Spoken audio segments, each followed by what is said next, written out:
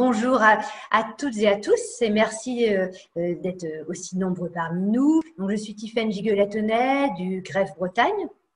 Donc, avant d'entrer réellement dans le vif du sujet, je rappelle que ce webinaire est programmé à la demande de la région Bretagne dans le cadre d'IDEO. Donc, IDEO, comme vous le savez pour la plupart, étant le service public d'information et d'aide à l'orientation donc en Bretagne. Donc aujourd'hui, nos échanges vont s'articuler autour de la problématique autour de problématiques liées à la qualité de vie au travail. Donc, nous allons surtout tenter de répondre à la question comment prendre en compte la qualité de vie au travail, donc la QVT, pour accompagner les projets de vie professionnelle. Donc, pour cela, j'ai le plaisir d'accueillir deux intervenantes de deux structures différentes. Lise Delcourt, donc, représente aujourd'hui l'ARACT Bretagne. Donc, bonjour Lise. Bonjour. Et Sandra Bertrand, qui représente aujourd'hui Transition Pro. Donc, bonjour Sandra. Bonjour. Alors, je tiens tout d'abord vraiment à remercier Lise et Sandra pour les échanges que nous avons pu avoir et pour tout ce temps consacré à la préparation de cette action. Alors, donc je suis Lise Delcourt, je suis chargée de mission et ergonome à l'ARACT Bretagne et en particulier sur les questions de qualité de vie au travail. Donc, c'est pour ça que je vais vous en parler aujourd'hui brièvement.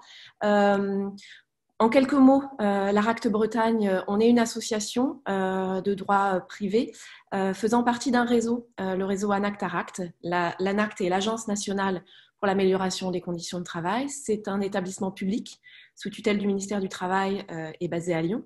Et les ARACT, donc une par région, sont finalement avec un conseil d'administration paritaire qui permet de retraduire les missions principales du réseau sur les territoires en fonction de préoccupations et d'enjeux propres à nos partenaires et aux territoires. On a pour mission de soutenir les pouvoirs publics et les partenaires sociaux, notamment sur les questions de conditions de travail, par le biais de projets d'expérimentation, donc d'accompagnement d'entreprises, et d'en tirer des enseignements qui seraient utiles au plus grand nombre. On fonde nos démarches sur 3 piliers principaux.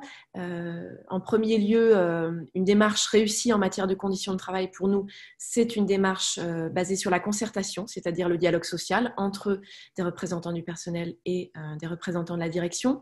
C'est aussi basé sur des pratiques de participation, c'est-à-dire que l'enjeu principal, c'est de mobiliser les experts du travail, c'est-à-dire les professionnels du terrain. Et puis, le point, c'est que l'approche des conditions de travail, on l'aborde d'un point de vue systémique, c'est-à-dire le travail dans sa globalité et notamment tout ce qui est réalité du travail sur le terrain et la différence avec ce qui peut être prévu et ce qui se passe au jour le jour. On a 4 priorités d'action en 2020, ça sera à peu près les mêmes en 2021. Des questions autour de la santé au travail et de l'impact que ça peut avoir sur l'attractivité et l'intégration. Des questions autour de l'égalité professionnelle entre les femmes et les hommes.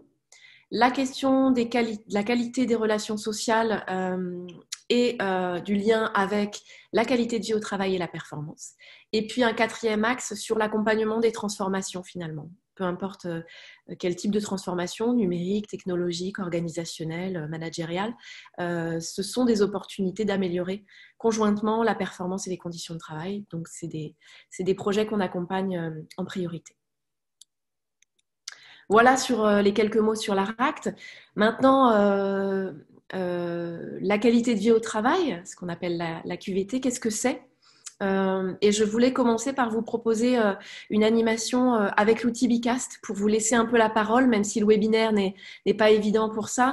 Je vous propose donc de vous connecter. Alors, il n'y a pas besoin de télécharger une application ou de créer un compte. Je lance l'animation. Tac. Normalement, pour ceux qui sont déjà connectés, vous allez pouvoir répondre à cette question. Selon vous, la qualité de vie au travail, c'est quoi ? L'idée, c'est de mettre une idée par envoi. L'idée, ça peut être un mot-clé, une phrase, une expression, une image, si vous voulez.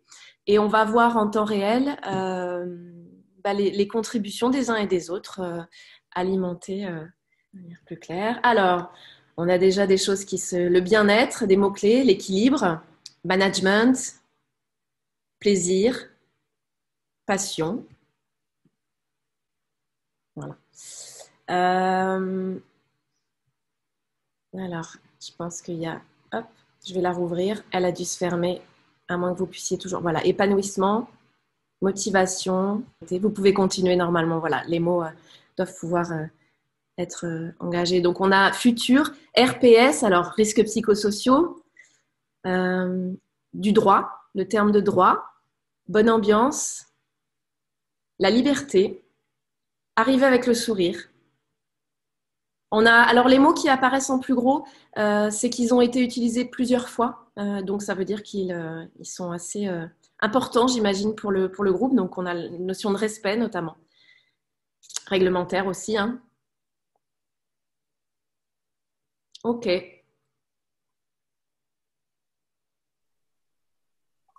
Je me permets, Lise, on pourra avoir une capture d'écran des résultats qu'on pourra Je le joindre rajouterai au aussi. support PowerPoint, toute cette image-là, qu'on garde ça. Voilà. Alors, on va en rester là pour ne pas prendre tout le temps sur l'animation, mais ça se construit. Voilà, on a déjà une belle image de la qualité de vie au travail. Donc, je termine l'activité. Je suis désolée pour ceux qui n'ont pas eu le temps de mettre toutes les idées qu'ils avaient en tête, mais on pourra aussi revenir dessus durant l'échange et les questions que vous pourrez me poser. Alors, du coup, sur la qualité de vie au travail, si finalement, moi, je dois résumer les choses, c'est peut-être quelque chose que certains connaissent. Il y a eu un accord interprofessionnel national, un ANI, en juin 2013, qui commence donc à dater, mais pour autant, il est toujours aussi intéressant dans ce qu'il a posé. Et cet accord définissait la qualité de vie au travail comme les conditions dans lesquelles les salariés exercent leur travail et leur capacité à s'exprimer et à agir sur le contenu de celui-ci. Et c'est ça qui détermine la perception de la qualité de vie au travail. Ce que ça nous dit, cette définition, c'est qu'on est bien sur le sujet principal de la qualité de vie au travail, c'est le travail. On n'est pas sur les à côté du travail. On n'est pas sur les jolies plantes vertes qu'on peut mettre dans un bureau et qui peuvent faire plaisir. Mais là, on ne change pas le travail quand on touche à ça. Donc, on est vraiment sur le contenu du travail, les conditions d'exercice, c'est-à-dire les conditions dans lesquelles on se situe pour faire ce travail. Et un élément important qui est introduit dans cette définition, c'est la capacité d'expression et d'action. C'est vraiment comment chaque salarié peut avoir le droit de parler de son travail, de la réalité de son travail et comment ça influence les prises de décision, les projets, les transformations qui peuvent avoir lieu dans l'entreprise. Donc, tout ça influence la perception. C'est aussi de dire que cette qualité de vie au travail, à la fois c'est une perception individuelle et en même temps c'est une dynamique collective, une démarche de progrès collective qui touche au travail et qui doit mobiliser à la fois une direction, des partenaires sociaux, des encadrants, des managers et les travailleurs eux-mêmes sur le terrain. Quand on a dit ça autour de cette définition, finalement, derrière ça, on va regarder plein de thématiques différentes. La qualité de vie au travail, ça englobe toutes les dimensions du travail et c'est là qu'on retrouve beaucoup de thématiques.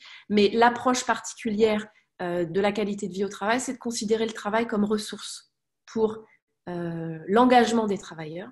Et donc, d'aller chercher dans ces thématiques ce qui peut faire ressource ou ce qu'il va falloir améliorer pour que ça soit plus un frein à la qualité de vie au travail. Donc, on a toute la notion de relation au travail, le climat social. C'est des termes que vous avez utilisés dans votre expression. Il y avait l'ambiance, le climat social, arriver au travail avec le sourire. Ça, c'est le côté clairement, c'est un élément important. Donc, les relations, le climat social, l'engagement, le management, la qualité de vie au travail, c'est comment on favorise l'engagement des individus dans le collectif, pour l'entreprise, mais aussi pour eux-mêmes, parce que c'est source de santé au travail, l'engagement. L'égalité professionnelle, évidemment, alors entre les femmes et les hommes, mais pas que, dans les différentes caractéristiques des populations. Les compétences, les parcours professionnels, la capacité qu'on a à se projeter, à avoir le sentiment qu'on peut avoir un parcours professionnel et des évolutions. Il y a la reconnaissance aussi derrière. La santé au travail, évidemment, toutes les questions du jour professionnel, d'accidents, de maladies. Et puis le contenu du travail, c'est comment le travail fait sens, comment on a le sentiment d'être utile, contribuer aussi à une dynamique collective et à quelque chose qui est en lien avec nos valeurs. Alors, vous retrouvez voilà, des détails. Tous ces éléments, encore une fois, vous les aurez. Hein, mais pour prendre des exemples, sur le management, on va retrouver, par exemple, les temps d'échange sur le travail. Et là, on retombe sur un des piliers de la qualité de vie au travail, c'est la capacité d'expression et d'action. C'est-à-dire que là, on touche à l'outil principal de la qualité de vie au travail, qui est l'espace de discussion sur le travail, qu'on appelle EDD, qui est un des piliers méthodologiques de la démarche qualité de vie au travail. Vous retrouvez la conciliation vie personnelle, professionnelle, l'équilibre qui était évoqué tout à l'heure. C'est un élément important, surtout dans les évolutions qu'on vit et dans les attentes sociétales qu'on a aujourd'hui. Dans la santé au travail, vous retrouvez, entre guillemets, tout bêtement, hein, le document unique d'évaluation des risques professionnels, qui est un outil essentiel. Voilà sur la qualité de vie au travail et un peu ce que ça englobe. Et finalement, la question qu'on peut se poser, hein, et que peut-être vous vous posez, c'est pourquoi on en parle depuis 2013, mais pourquoi on continue à en parler? Quels sont les enjeux de travailler autour de cette notion? Il y a pas mal de choses qui font qu'on se préoccupe de cette question-là aujourd'hui. Il y a des enjeux autour des évolutions sociétales.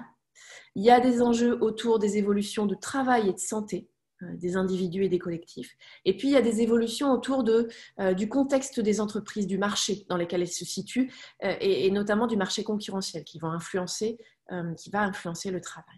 Donc, c'est des évolutions qui touchent les entreprises et leurs salariés. Alors, si on regarde, notamment, par exemple, le marché, qu'est-ce que c'est derrière ça, hein, les évolutions de marché? C'est quoi? C'est l'accélération des changements. Clairement, aujourd'hui, les entreprises sont prises dans des contextes qui font qu'elles sont obligées de se mettre en mouvement dans des transformations assez diverses, que ce soit des transformations qui soient demandées par les institutions ou dans des établissements qui font partie de groupes, des transformations qui sont plus ou moins imposées, ou des choses qui sont induites par la concurrence et le fait qu'il faut mettre en place, par exemple, l'outil numérique, se numériser parce que les concurrents le font et que sinon on est à la traîne. Enfin, en tout cas, c'est ce que peuvent vivre les entreprises. Et puis des mutations technologiques et organisationnelles, on entend parler de transformation dans le management aussi pour faire face aux questions d'attractivité des populations et des générations aussi, des attentes des générations. Donc des choses qui sont liées finalement à l'environnement, au contexte des entreprises. Une enquête de 2015, 30% des Français répondaient oui à cette question. Au cours des 3 dernières années, y a-t-il eu sur votre lieu de travail une réorganisation ou une restructuration qui aurait fortement affecté votre travail? 30% des Français ont répondu oui. C'est quand même assez important de se dire que ces transformations, elles ont lieu réellement et ce n'est pas anecdotique. Donc, c'est nécessairement des transformations du travail. Là, on parle de transformation du travail. Donc, un enjeu à imaginer comment ces transformations du travail sont des opportunités pour améliorer la qualité de vie au travail et la performance, et pas une forme de risque, de dégradé. On a aussi des évolutions de société et aussi de mode de vie. On ne peut pas séparer la vie professionnelle et la vie privée. L'une et l'autre sont reliées. On a des choses qui touchent finalement beaucoup aux populations et aux caractéristiques de ces populations au travail.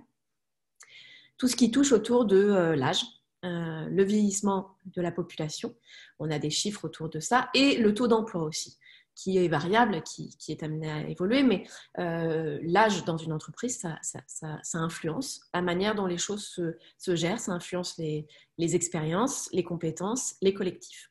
L'activité des femmes aussi, puisqu'il y a une croissance de l'activité des femmes depuis les années 70 et un taux d'emploi qui augmente. On parle de maladies chroniques aussi. 20% de la population française est touchée par une maladie chronique. Ce n'est pas neutre dans les aménagements, les organisations de travail qui se mettent en place. Parce que, de fait, c'est des choses qui influencent et qui doivent être prises en compte. La question des familles monoparentales aussi, quand on parle d'équilibre vie professionnelle, vie privée, derrière c'est aussi ces questions-là et c'est en lien avec le dernier point sur les dépendances et le fait que 18% des salariés sont considérés comme aidants, c'est-à-dire dans leur temps personnel, contribuent à aider un membre de leur famille dépendant ou malade. Donc ça a une influence aussi sur l'organisation de la vie et donc l'organisation aussi de la vie professionnelle parfois. Et puis le dernier point, c'est le travail et la santé. Il y a des évolutions du travail et de la santé aussi. On voit des éléments, notamment tout ce qui est, là on revient sur le sens que les gens cherchent dans leur travail, notamment autour des nouvelles générations, où il y a une attente d'autonomie, de responsabilisation, peut-être plus qu'avant, mais aussi de faire partie d'un collectif et d'avancer avec une entreprise et de se sentir engagé sur des projets, d'être mobilisé. Donc il y a des gros enjeux de fidélisation autour de ces populations-là. Donc des attentes que les entreprises peuvent plus laisser de côté parce que c'est des enjeux d'attractivité et de fidélisation. Et on entend beaucoup parler de ça dans les entreprises, c'est comment on recrute, comment on attire les talents, comment on les garde et comment on crée des collectifs qui fonctionnent bien. Donc finalement, autour de ces enjeux, pourquoi on parle de qualité de vie au travail? Parce qu'il y a des besoins accrus de flexibilité des organisations et que si on n'a pas cet enjeu-là on fait évoluer les organisations, mais finalement au détriment potentiellement de l'engagement des salariés, de leur santé et donc, in fine, de la performance. Il y a des enjeux d'attractivité, je le disais, d'allongement de la vie professionnelle, d'égalité professionnelle, puisque le taux d'emploi des femmes aussi augmente, et donc d'accessibilité des postes, de mixité aussi des emplois. Et puis des enjeux de qualité du dialogue social. Là, on retrouve le terme de respect qu'on retrouvait dans vos mots. Le respect et la confiance réciproque entre les acteurs, c'est des éléments attendus aujourd'hui dans les populations au travail et c'est source d'engagement. Donc, il y a un vrai enjeu dans la démarche qualité de vie au travail pour les entreprises à aborder le sujet d'un point de vue collectif, dans une logique de démarche progrès. On n'est pas sur une démarche normée où il y a une liste de choses à respecter, où on cocherait la liste des choses à faire. On est vraiment sur une démarche de progrès propre à chaque entreprise et qui repose réellement sur la mobilisation des salariés, des encadrants, des représentants du personnel et évidemment de la direction. C'est vraiment des éléments clés pour faire des démarches qualité de vie au travail, une source d'engagement des individus et une source de performance pour l'entreprise et faire face à ces évolutions qu'elle vit au quotidien. Je vous ai mis quelques ressources utiles. Le réseau Anactarac travaille beaucoup sur l'accompagnement des démarches qualité de vie au travail. Donc, vous avez un petit guide 10 questions sûres qui pose un peu les éléments clés de la qualité de vie au travail. Vous retrouvez tout ça sur le site internet de l'ARACT et évidemment sur le site de l'ANACT. Et puis, vous avez aussi des formats un peu plus ludiques. On a une gamme de jeux, les essentiels QVT, qui peut permettre de mettre en débat ce sujet-là et de rendre ça un petit peu concret. Quand on parle de qualité de vie au travail avec quelqu'un, avec une entreprise ou un salarié, finalement, de quoi on parle? De quelle situation de travail on parle? Voilà, sur quelques ressources. Je vous ai mis aussi mes coordonnées s'il y a besoin. Vous l'aurez dans le support. Merci beaucoup, Lise. Alors, présentation très intéressante, très riche. Donc, on a des questions sur le support. Oui, il sera fourni, le support, avec le replay de l'intervention de nos deux intervenantes. Donc, pas de soucis. Je l'aurais précisé en fin de webinaire, mais je le précise tout de suite. Sur les sites de l'espace Proideo, vous retrouverez à la fois le replay et les documents. Donc, merci beaucoup. On a une question qui me semble intéressante parce que je me la posais moi-même, donc on va dire qu'elle est très intéressante. C'est est-ce que vraiment, alors on parle de QVT, que les entreprises se sont emparées de la question, mais est-ce que vraiment toutes les entreprises, et même moi j'irai un peu plus loin, tous les secteurs se sont vraiment emparés de la question ou vraiment c'est dans certains secteurs encore très très dur à démarrer? Alors non, malheureusement, toutes les entreprises ne sont pas du tout sensibles à la question et j'irai même plus loin. Il y a aussi des entreprises qui utilisent le terme qualité de vie au travail, mais en fait, à la fois ça peut être une manière d'apaiser un climat social en utilisant le terme, mais réellement derrière, il n'y a peut-être pas grand-chose d'une vraie démarche de progrès, où ça reste très limité et touchant uniquement à des à côté du travail sans aller sur les vrais problèmes ou les vrais enjeux et les préoccupations des salariés. Donc, il y a aussi un peu de ça. Et puis, il y a des entreprises qui, encore aujourd'hui, considèrent que l'engagement des salariés ne vient que de l'individu lui-même, que du coup, les marges de manœuvre ne sont pas dans l'entreprise, mais auprès de l'individu, ce qui n'est pas vrai, et ne font pas forcément le lien avec la performance, le gain de performance qu'ils peuvent avoir. Donc ça, c'est une réalité, c'est évident, hein, on le constate. Nous, j'ai envie de dire, heureusement, on a une vision plutôt positive puisque l'avantage qu'on a, c'est que on a, nous, des entreprises, comme on n'a pas de rôle de contrôle, les entreprises qui nous mobilisent sont des entreprises volontaires, qui se posent des questions, qui ont une forme de sensibilité. Donc, on les voit et donc on sait qu'il y en a. Et il y en a quand même un certain nombre, évidemment. Je ne saurais pas dire s'il y a des secteurs plus sensibles, des secteurs d'activité ou des territoires. Je pense qu'il y a des questions d'individus dans les entreprises, évidemment, de sensibilité. Et puis, de l'histoire de l'entreprise, quand il y a une démarche de prévention des risques, notamment, déjà en place, qui a fait ses preuves, c'est peut-être plus facile pour l'entreprise de basculer sur une démarche qualité de vie au travail en se disant, bah oui, finalement, le pas d'après, c'est la qualité de vie au travail. Et puis, il y a un dernier point, c'est qu'on retrouve quand même aussi souvent des entreprises qui se questionnent sur cette démarche quand elles ont un gros projet de transformation. Parce que là, il y a des enjeux économiques forts, il y a des enjeux de performance importants qui sont identifiés. Et là, il y a une sensibilité à dire, il ne faut pas qu'on se rate sur notre projet. Et donc, il faut peut-être qu'on pense aux conditions de travail à cette occasion. Et donc, c'est un bon moyen, c'est une bonne porte d'entrée. En tout cas, nous, on l'identifie comme ça. Bien, merci. Je rebondis et justement par rapport à des questions des participants. Et justement, est-ce que certaines ne vont pas sur cette problématique de qualité de vie, donc toujours les entreprises, est-ce que certaines n'y vont pas juste pour l'image, c'est-à-dire qu'elles n'ont vraiment pas spécialement envie d'y aller, mais elles le font. Alors elles le font, on va dire aussi à minima, sur un aspect un peu, certains participants l'ont avancé un peu cosmétique. Oui, bien sûr, ça peut arriver, hein, comme elle pouvait le faire sur plein d'autres thématiques, hein, c'est évident. Hein, il y a une logique de marketing ou de communication parfois derrière ces termes. Malgré tout, on sait que à partir du moment où l'entreprise a compris qu'on était sur une logique non pas de checklist ou de bonnes pratiques à mettre en place telle qu'elle, mais bien une démarche interne à lancer basée sur des temps de mobilisation des salariés, d'expression des salariés sur leur travail, même si ça peut être sur des périmètres tout petits. Elle peut commencer sur un service, un atelier, un sujet.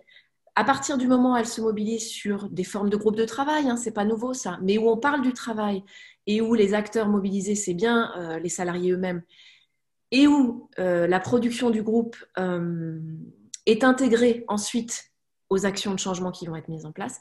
Là, on est sur des vraies démarches qualité de vie au travail, même si elles sont toutes petites et que ça va pas à pas. Là, on est sur des vraies bases et on n'est pas sur du cosmétique. Et on le voit, on a plein d'exemples. On mène des actions notamment sur le secteur médico-social avec beaucoup d'EHPAD, beaucoup d'établissements publics, d'hôpitaux. Et malgré la crise, j'ai envie de dire, où là, ils ont été quand même particulièrement mobilisés, ils ont continué leur démarche parce qu'ils y ont vu un intérêt de dire, mais en fait, si on arrête maintenant, ça sera encore pire parce qu'on demande tellement aux salariés qu'il faut vraiment qu'on aille se pencher sur les questions de qualité de vie au travail. Donc voilà, moi j'aurais tendance à dire qu'on est sur la bonne voie. Il y a encore beaucoup de boulot, mais il y a des choses qui se font. Très bien, je vous remercie Lise. Alors très intéressant. Alors on était plus sur l'aspect entreprise.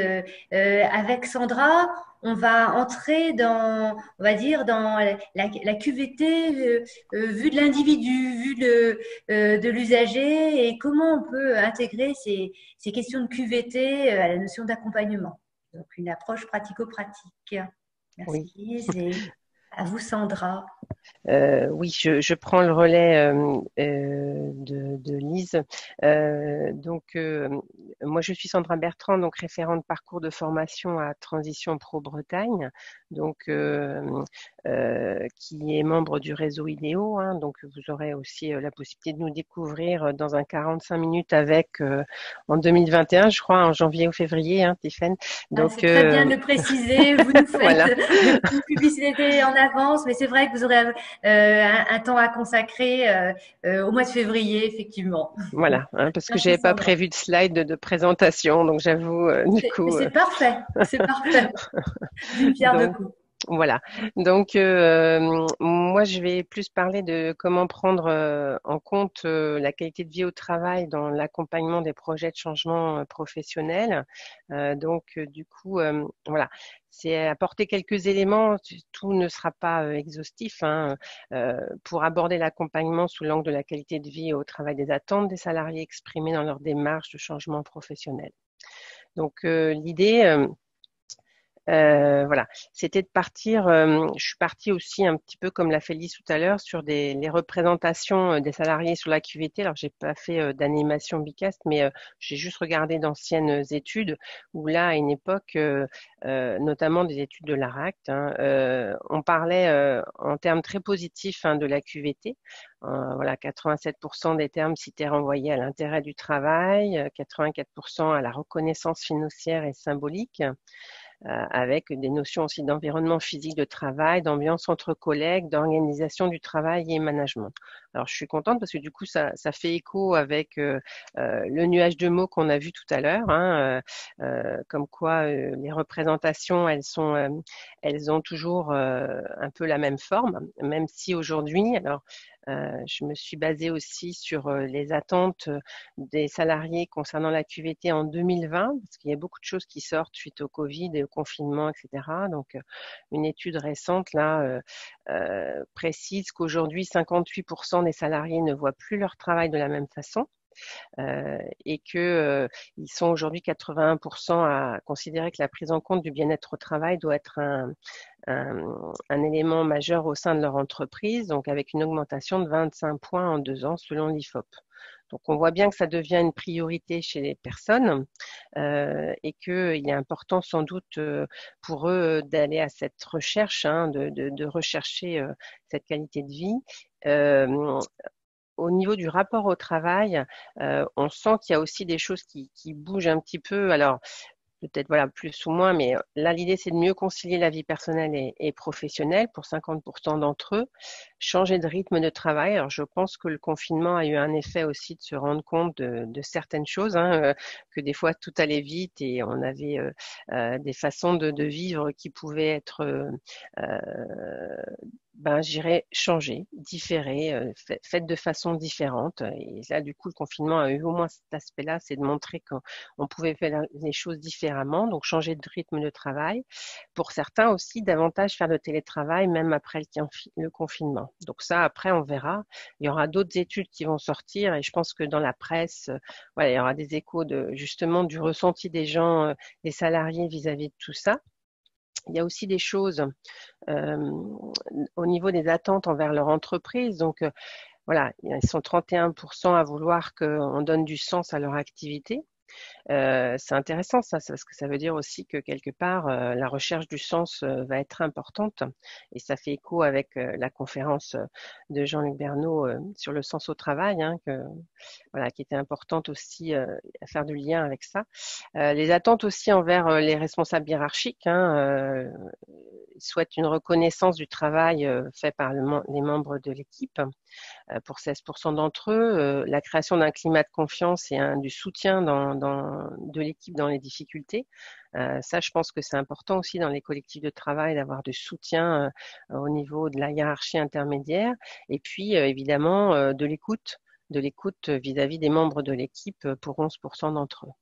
Et puis, cette étude-là, pour terminer, elle a aussi mis en avant qu'il y a encore des inégalités femmes-hommes. Alors, voilà, c'est plus dans le sens où le ressenti des personnes, et là, on voit bien que 70% des femmes se disent inquiètes, fatiguées, stressées ou surmenées pendant cette période post-confinement, contre seulement 49% des hommes. Donc après, voilà, on va pas interpréter ce chiffre-là, mais c'est au moins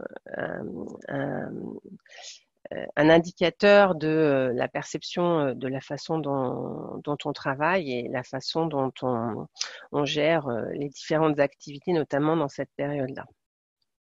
Donc, je voulais vous montrer ça. Ensuite, alors, quand on parle des salariés en Bretagne, parce que du coup, j'ai des données aussi pour le salarié en Bretagne, On a fait longtemps de l'accompagnement au niveau de transition pro sous une autre enseigne et voilà, moi j'ai ressorti un peu des éléments de langage des salariés qui pouvaient être accompagnés et je pense que du coup les personnes qui suivent le webinaire aujourd'hui, qui sont accompagnateurs, vont s'y retrouver dans le verbatim que j'ai évoqué ici dans cette slide par rapport aux personnes qui viennent les rencontrer. Donc voilà, on est sur des transcriptions où les personnes disent qu'elles veulent exercer un métier où elles peuvent se sentir utiles. Voilà, l'histoire de ne plus aller au travail à reculons le matin, l'évolution dans l'entreprise, changer pour avoir un meilleur salaire, voir grandir ses enfants. Il y a aussi souvent aussi une problématique, je ne peux plus exercer mon métier, je dois changer ou je veux travailler dans un métier qui recrute, j'ai mis un petit etc. Hein. Euh, Toutes ces façons d'introduire le pourquoi, leur motivation, voilà, elles veulent faire autre chose. Elles sont souvent la traduction d'une recherche de la qualité de vie au travail dans les composantes que Lise vous a décrites tout à l'heure. Hein. Donc c'est important aussi de se dire que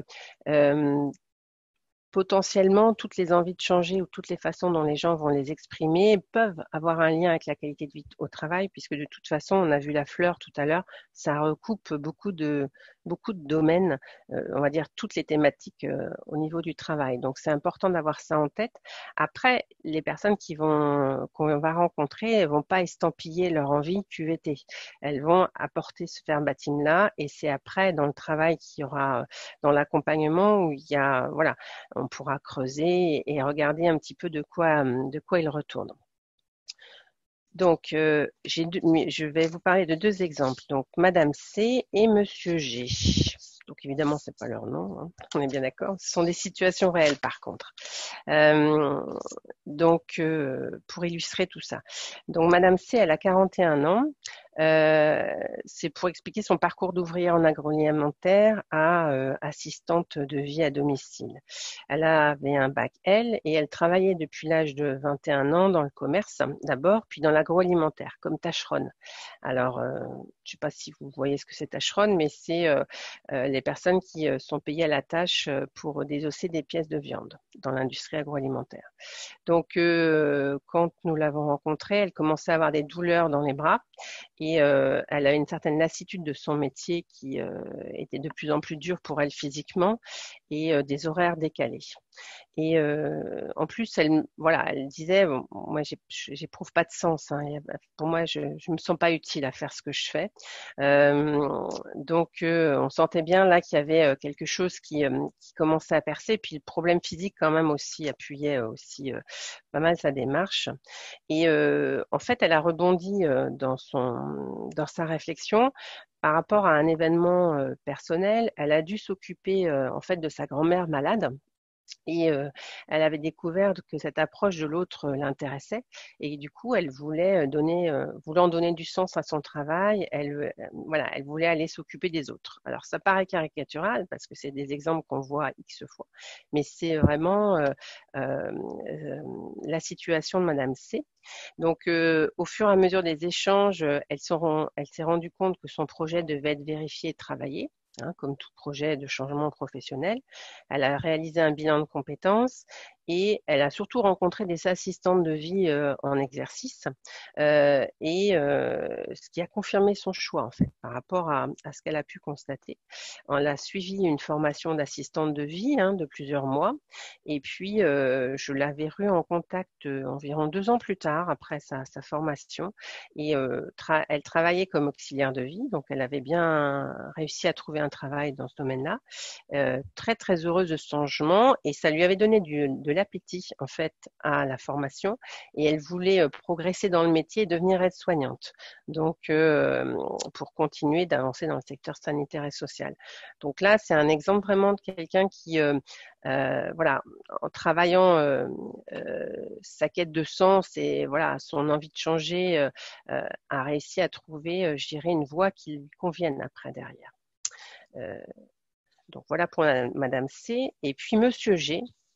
Alors Monsieur G, lui, donc 38 ans, à peu près la même tranche d'âge. Donc plutôt lui formé dans le bâtiment avec un CAP couvreur et Bon, il n'a pas fait sa carrière dans le bâtiment. Il travaillait depuis 10 ans dans la même entreprise de production comme ouvrier. Et quand on l'a rencontré, il décrivait son poste ainsi. Alors, je vous lis exactement. Donc, c'était je passe ma journée de travail à surveiller le remplissage d'un bac que je dois vider quand il est plein. Donc, sa problématique à lui, c'était pas tant de surveiller le bac, en fait. C'est que pendant qu'il surveillait le bac, il mettait quand même des heures à se remplir. Il ne pouvait rien faire d'autre et il ne pouvait pas parler avec son collègue qui avait le même poste que lui à côté de lui. Donc, du coup, ce qui était surprenant, c'était la façon, on va dire, très posée avec laquelle il expliquait ça et surtout sa grande solitude et son grand ennui en fait par rapport à ce travail euh, qui vraiment lui pesait. En fait, il a mis du temps au début, bon bah il s'y est fait et puis il a mis du temps après à constater que c'était ben voilà une activité qui pour lui n'était pas possible à long terme. Et donc, il avait réfléchi dans son coin et s'était dit, bon, moi, j'aimerais bien devenir conducteur de taxi. Donc, afin de sécuriser ce choix de métier, ce qui lui a été proposé, c'est de réaliser un essai en milieu de travail, hein, puisque les salariés peuvent le faire, hein, avec une convention particulière de PMSMP. Et du coup, pour aller vérifier, pour aller observer le métier de conducteur de taxi, et pour vérifier que ça répondrait bien à ses attentes en termes de contact humain, de se sentir utile, enfin voilà, de faire des choses différentes et qui pourrait lui apporter aussi un sentiment de réaliser des choses. Donc après, il a été convenu avec lui de faire un point par la suite pour mesurer si le projet devait être encore travaillé après cette PMSMP. Donc, j'ai pas eu l'occasion de le revoir, donc je peux pas vous dire la fin de l'histoire, mais c'était voilà histoire d'illustrer en fait deux exemples de personnes qui ont amené en fait leurs problématiques de façon différente lors des rencontres, hein, lors de l'accompagnement, et voilà, et qui ensuite ont trouvé leur solution, pardon, pour avancer dans leur réflexion et pouvoir dire voilà, aujourd'hui je fais ça ou je vais vers telle orientation, etc., etc. Donc voilà, c'était pour illustrer des exemples. Autre illustration que je peux vous donner aussi, mais qui va être un petit peu plus chiffrée celle-ci. Je ne sais pas si vous connaissez, mais on a un outil qui s'appelle l'Observatoire des transitions professionnelles. Donc c'est un observatoire que certains doivent connaître. On réalisait des enquêtes post-formation, donc pour avoir des informations sur les projets de transition de salariés qu'on fait des formations. Alors, on parle de la France, mais là, je vais vous parler de chiffres en Bretagne. Hein. Les formations, à l'époque, c'était le congé individuel de formation qui a été remplacé depuis par le projet de transition professionnelle. Donc, il faut savoir qu'en Bretagne, par rapport à cette étude-là, entre 2016 et 2018, je ne vous ai pas mis tous les chiffres, j'ai juste mis un tout petit résumé qui montre bien certains éléments par rapport à la QVT. 24% des salariés formés ont démarré une formation suite à des difficultés dans leur travail. Donc, c'est quand même une part assez importante. Et 10% en Bretagne pour faire face à des problèmes de santé. Donc, et je vous ai précisé qu'on a 3 points de plus par rapport au niveau national. Hein. Tout le reste de la France, on était plutôt à 7%. Ce qui est intéressant de voir aussi, c'est que 65% des sortants en 2018 occupent un nouvel emploi qui est en lien avec leur formation. Parmi ces 65%, 90% d'entre eux ont observé des améliorations dans leur travail. Donc 8 sur 10, une évolution positive de l'intérêt qu'ils portent à leur travail. 7 sur 10 estiment que leurs compétences sont désormais mieux reconnues et 64% ont vu leurs responsabilités s'améliorer. Malgré tout, il y a aussi des personnes qui n'ont pas réussi à passer le cap et à aller dans le nouveau métier. Donc, dans les 14% qui étaient de retour dans leur poste initial un an après la fin de leur formation, 48% ont constaté des améliorations dans leurs conditions de travail en termes de responsabilité, compétences, rémunération, temps de travail, intérêt au travail. Donc, on est bien là sur l'effet positif formation, en fait. Hein, que ce chiffre-là peut montrer. Ce qui est intéressant aussi de regarder là, c'est que quand le changement intervient, hein, dans les 65% des gens qui ont trouvé un nouvel emploi, eh bien, ça produit aussi pas mal d'effets positifs au niveau de la situation des personnes. Et ça, c'est ça qui est intéressant dans cette diapositive.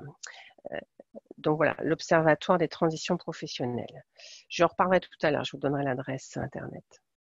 Pour continuer, je vous ai fait un petit listing, mais vraiment pas très grand, hein, je vous rassure, d'outils et de ressources qui peuvent être utiles dans l'accompagnement. Alors, voilà. Donc, il y a différents types d'outils.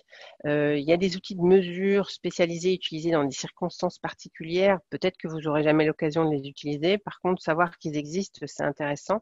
Notamment le premier que je cite là, qui s'appelle Eva Stress, qui est utilisé, donc c'est une échelle, hein, c'est un petit questionnaire qui est utilisé par les médecins du travail de la ST35, par certains médecins du travail dans le 35. C'est une échelle qui permet de mesurer le niveau de stress de la personne. Hein. C'est pour évaluer les risques psychosociaux dont a parlé Lise tout à l'heure. Il y a d'autres questionnaires qui existent, hein, évaluation du bien-être, voilà, des échelles de satisfaction, des besoins fondamentaux au travail. Enfin voilà, 3 petits points. Je ne vais pas m'étendre là-dessus parce que voilà, le tout c'est de savoir que ça existe. D'autres outils qui vont être plus intéressants. Alors, pour faire expliciter la demande du bénéficiaire, je le mets sous forme ironique. Hein, le premier outil, ça va être du temps. C'est-à-dire qu'on est bien sur l'idée que rarement les gens vont arriver en disant j'ai un problème de QVT, aidez-moi. Ça va plutôt être, comme on l'a dit, un verbatim un peu différent. Et le temps aussi va être nécessaire pour travailler ça et pour faire approfondir les choses. Alors, il va y avoir aussi besoin de méthodes, hein, que ce soit les méthodes au niveau des entretiens. Alors, j'ai mis non directif, semi-directif, directif, les techniques de questionnement, de reformulation. L'analyse partagée de situation aussi, hein, moi je trouve très intéressante, qui permet justement de faire le point avec la personne et de voir quelles sont ses ressources, quels sont ses freins, qu'est-ce qu'il y a à mettre en place, comment elle voit la situation, quelles vont être les étapes peut-être à mettre en place derrière. Donc ça, c'est peut-être des choses que vous utilisez déjà de façon quotidienne, hein, avec des outils que vous vous êtes peut-être construits. Sinon, bah, c'est vrai qu'il y a des méthodes aussi de travail sur cette analyse-là. Et puis, vous en avez d'autres méthodes qui existent, hein, que je ne vais pas toutes citer. Donc ça, c'est l'explicitation de la demande du bénéficiaire. Ensuite, il peut y avoir aussi besoin, mais ça, on l'utilise, on va dire, sans même s'en rendre compte, d'outils pour, je dirais, amener le bénéficiaire à rencontrer d'autres interlocuteurs en fonction de sa demande ou de sa problématique. Donc, bien évidemment, bah, c'est sa connaissance, la connaissance de chaque accompagnateur des interlocuteurs qui concernent les différents champs de la QVT, hein, votre réseau territorial. Vous savez que voilà, peut-être un tel intervient sur tel domaine et ça peut être intéressant que le bénéficiaire aille le rencontrer, etc. Et puis, j'ai essayé de brosser une liste d'interlocuteurs possibles. Alors, attention les yeux, voilà. Donc là, c'est un schéma en cours, hein, on est bien d'accord. C'est quelques interlocuteurs possibles, c'est ce que j'appellerais aussi les ressources qui peuvent être mobilisées au niveau du bénéficiaire. Alors, j'ai pas mis de flèche entre les différents carrés. Pour autant, il peut y en avoir. Par contre, ça serait une seconde étape sur ce schéma-là. Ce qui peut être intéressant, c'est de regarder juste comment s'organisent les carrés. Donc, je vais démarrer par le carré d'en haut. Au niveau de l'entreprise, hein, si la personne est salariée, si le bénéficiaire est salarié, les interlocuteurs possibles pour lui dans l'entreprise, alors j'ai mis entreprise privée, mais ça peut être aussi une entreprise publique. Hein. Après, j'ai pas les termes exacts au niveau mais ça va être le même processus, hein, on est bien d'accord. Les premiers interlocuteurs qui peuvent peut-être vers lequel le bénéficiaire peut se retourner, ça peut être aussi ses collègues. Hein, si ce qu'il vit est difficile à vivre et comprendre si les collègues ressentent la même chose aussi, le manager ou les managers de proximité. évidemment ce qu'on appelle les IRP, donc c'est les personnes représentantes du personnel en termes de CSE, CHSCT, les représentants syndicaux. Et puis, si la personne a l'occasion d'interpeller soit son service du personnel ou de rencontrer, hein, ça ne suffit pas d'interpeller, ou de ressources humaines ou sa direction, ça peut être aussi un interlocuteur possible. Alors, je continue en allant vers la gauche. Si la personne est en difficulté, on va dire, physique ou psychologique, on peut regarder ça aussi au niveau du côté des soins. Une des choses aussi toutes simples, des fois, parfois, c'est d'aller voir aussi son médecin traitant. Hein, quand si le mal-être au travail ou la souffrance au travail est un peu compliqué à vivre, ne serait-ce qu'aller voir son médecin traitant, des fois, ça peut aussi être un interlocuteur possible. Le médecin du travail, bien entendu, hein, et puis des médecins spécialistes avec peut-être le psychiatre dedans, un psychologue du travail. Il y a aussi, et là je vous l'ai mis exprès pour le rappeler, parce que souvent on l'ignore, il y a des consultations souffrance au travail hein, qui existent avec des psychologues qui reçoivent les personnes. Justement, hein, le médecin du travail, des fois, peut orienter vers une consultation souffrance au travail la personne quand vraiment elle est en grande difficulté. Autre interlocuteur, et je vais aller un peu plus vite, si la personne est en arrêt de travail, ça peut être au niveau de l'assurance maladie ou de la mutualité sociale agricole, le service social, hein, les assistantes sociales de la CARSAT ou de la MSA. Alors j'ai mis Coréseau parce que c'est un service social interentreprise qui est mobilisé parfois par les grandes entreprises. Voilà. Et les autres services de médical, prévention, prestations. Donc voilà, ça c'est en cas d'arrêt de travail. Du côté de la défense des droits, alors on peut avoir l'inspection du travail, le défenseur syndical, l'avocat, et puis avoir aussi une médiation et tout ce qui est association de victimes.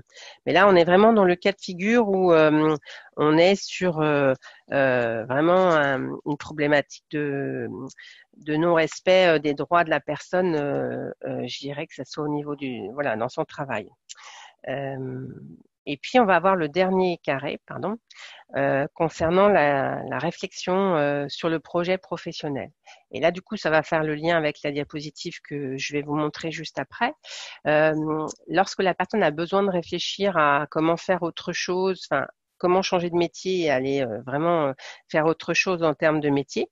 Elle peut avoir accès aux conseils en évolution professionnelle. Et donc là, j'ai mis la liste des interlocuteurs possibles. Hein. Pour les salariés, ça va être et les indépendants, ça va être le groupement évolution. Pour les cadres, l'APEC. Pour Pôle emploi, pour les demandeurs d'emploi, Pôle emploi. Pour Cap emploi, les personnes qui ont une RQTH ou qui sont bénéficiaires de l'obligation d'emploi travailleur handicapé. Je m'excuse si tout n'est pas assez précis, hein, mais là, c'était vraiment pour faire court sur mon petit schéma. Et puis, la mission locale pour les jeunes de moins de 26 ans. Donc là, le conseil en évolution professionnelle, du coup, je vais détailler dans la diapositive juste après en termes d'outils pour les bénéficiaires. Et puis évidemment, les partenaires du SPRO ou IDEO vers qui vous pouvez orienter aussi si besoin ou qui pourront aussi aiguiller le bénéficiaire en fonction. Là, ce qu'il faut retenir de ce schéma-là qui n'est pas complet, qui est en cours, hein, moi, ça m'intéressait d'avoir une vision un peu complète des interlocuteurs possibles parce que je trouve que quand on accompagne des personnes qui sont en difficulté, c'est parfois difficile de trouver un interlocuteur ou de se dire vers qui je peux aiguiller la personne pour qu'elle rebondisse.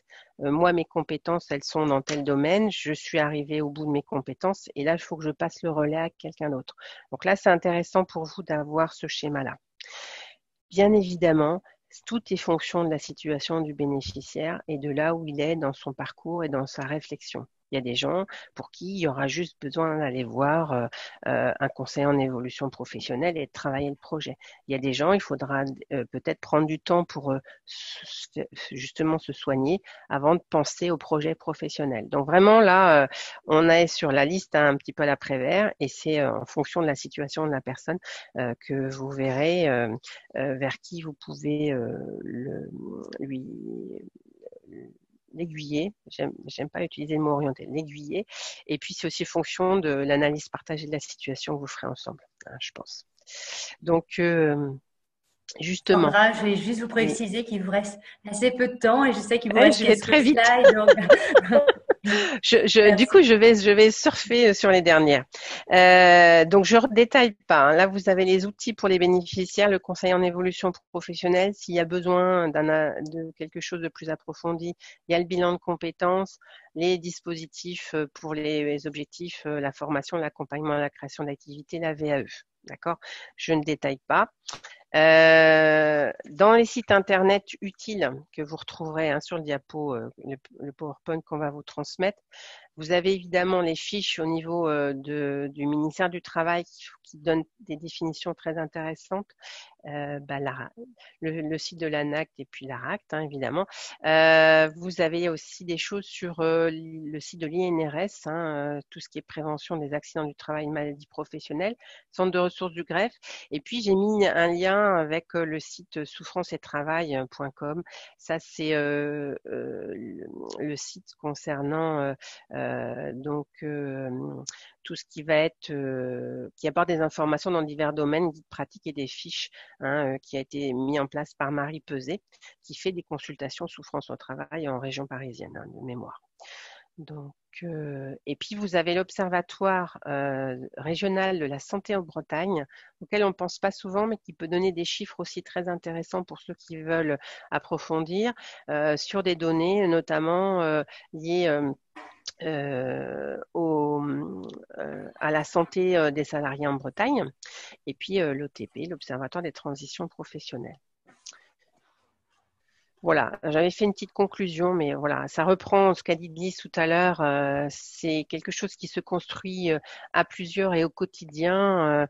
On est bien sur les caractéristiques du lieu où s'exerce le travail, les conditions dans lesquelles le salarié l'exerce, sa capacité à s'exprimer, à agir sur le contenu de celui détermine sa perception de la qualité de vie au travail. Tout ça pour moi au regard du sens du travail qui est le sien. Voilà. J'espère Merci que Sandra.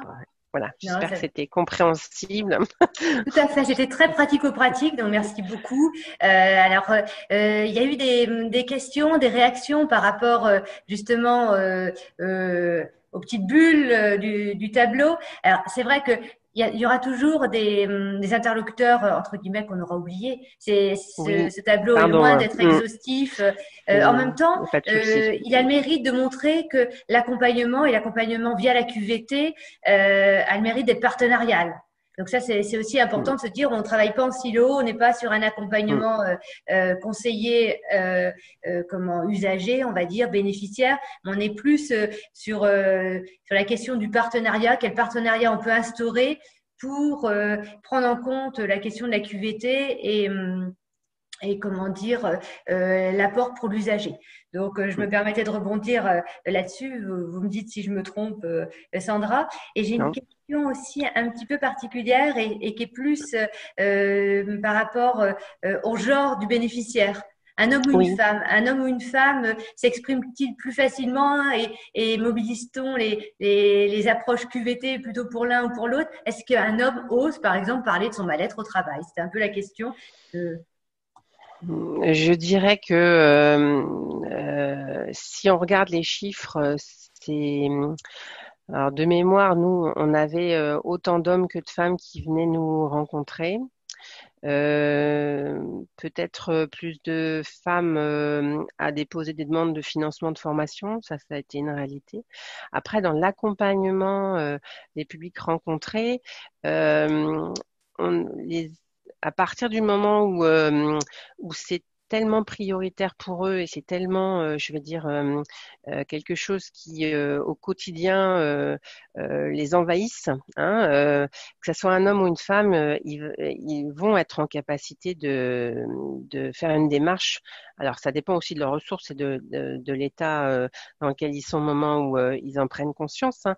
Mais il y a pas plus d'hommes que de femmes à part les QVT, on va dire. Enfin, voilà. C'est, je pense que ouais, dans les chiffres de fréquentation et ce que j'ai en tête, pour moi, euh, c'était à peu près équivalent. Et il y a pas un genre dans le mal-être, on va dire ça comme ça.